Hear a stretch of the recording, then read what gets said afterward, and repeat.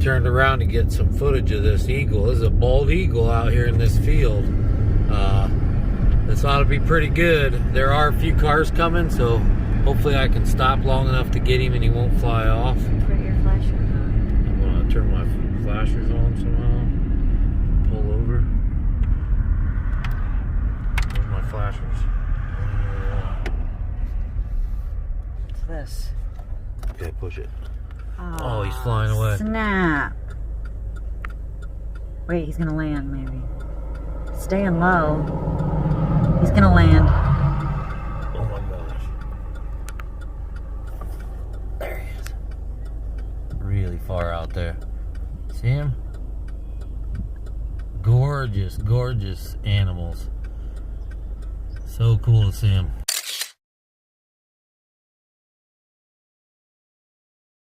So we actually came home for lunch today. We have another job we gotta go up and do.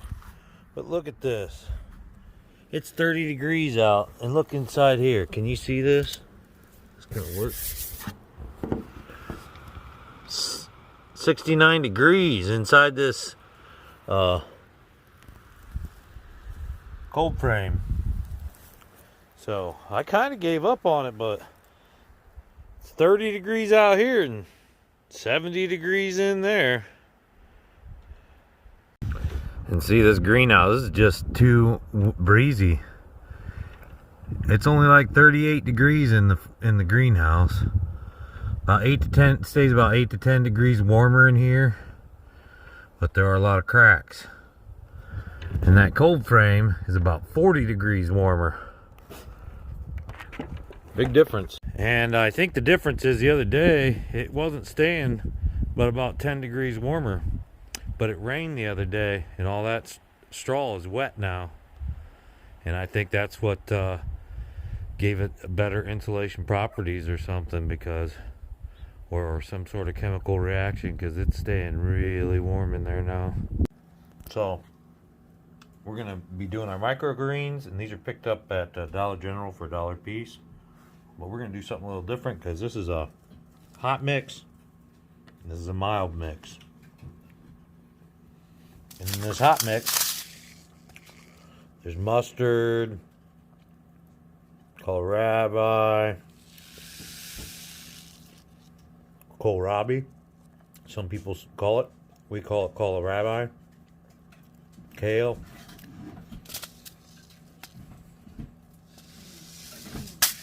and then in this, it's cabbage, kale, cabbage, kale, choy, and mustard. That doesn't look good. Wish I had that tomato. So we'll have to see how this goes. But so far, the lemon cucumber, these couple Cherokee tomatoes, and these eggplant, a couple eggplant, a white knight and a black beauty, and that watermelon are all still living, and hopefully they can stay in there until we can get them outside. I don't know, we'll see. And we got our Carolina cross set up there to germinate in the window, and we went ahead and started our purple tomatillos.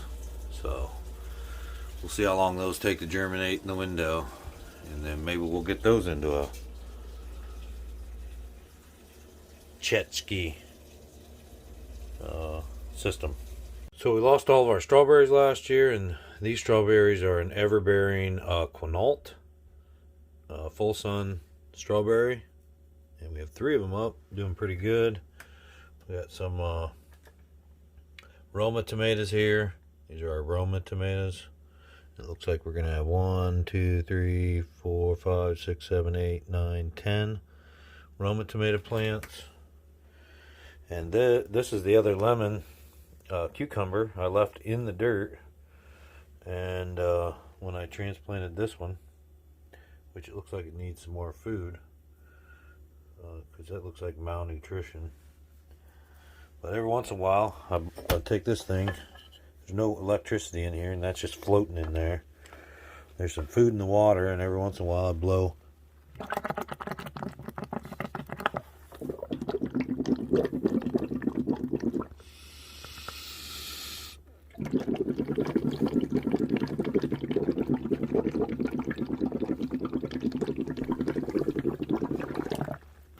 you know, a lung full of air in there.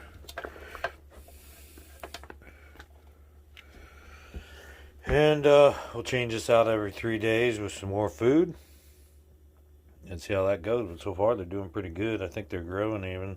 They've only been in here a few days. This guy started to die in the pot, so I took him out and stuck him in here because he's doing good, his brother, and they were both doing just as good together. But when I took him out and put him in here, this guy died in the pot, so I'm hoping he'll come back, but I don't know, it's not looking too good for him. There are a few little starts in here, you know, so maybe they'll come through still, and these may all die. Trying to keep it in some sun, which is hard to do. I'm running out of spaces. And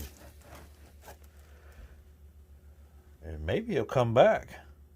I mean, that'd be great. I'd take even those.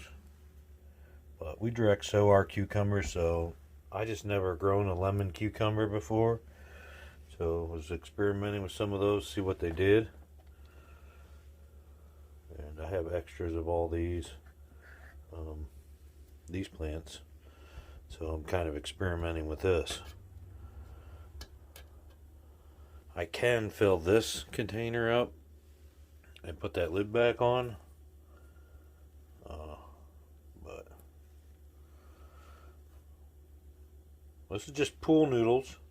Cut a slit and cut a little chunk out of it, stuck it in the middle to hold the stem, and then just squeezed it in and set it in them holes. And then put like a 20-20-20 mix in there. 3 days so far, and they're still alive. See what their roots look like.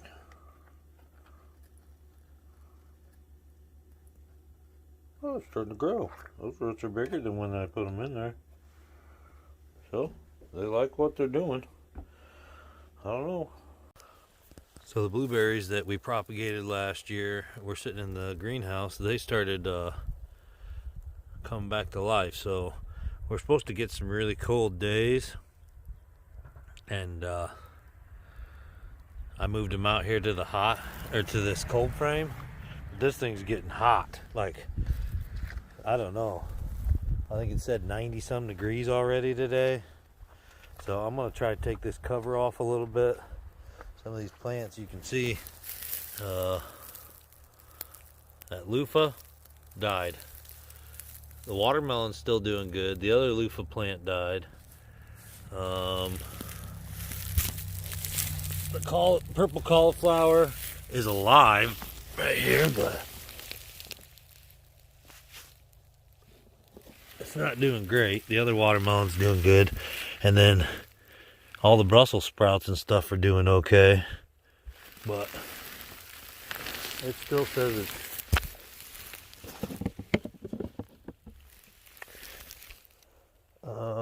116 degrees plus in there. So if it's gonna be sunny, you gotta come out and take this off. That's the first time it got up over 100. But that's a huge, I mean, that's great for night, but that ain't so good during the day, because I think it's only like, I'm not sure, I'll have to check. I do know it's a little warmer, but it's supposed to get down to freezing again tonight. So before the sun goes down, I'll have to come out and cover this back up. And that's kind of what I'm trying to work with on my greenhouse. I'm trying to keep it so that it maintains a good temperature. It doesn't get too hot or cold. This has a huge fluctuation, and that's hard for the plant sometimes. So it has been helpful, though. You can see stuff's growing in there, and it gave me more space. So just got to get used to it. It's new. It's a new process for me. Garlic is looking good. Yep, garlic's looking good. Potatoes are all planted.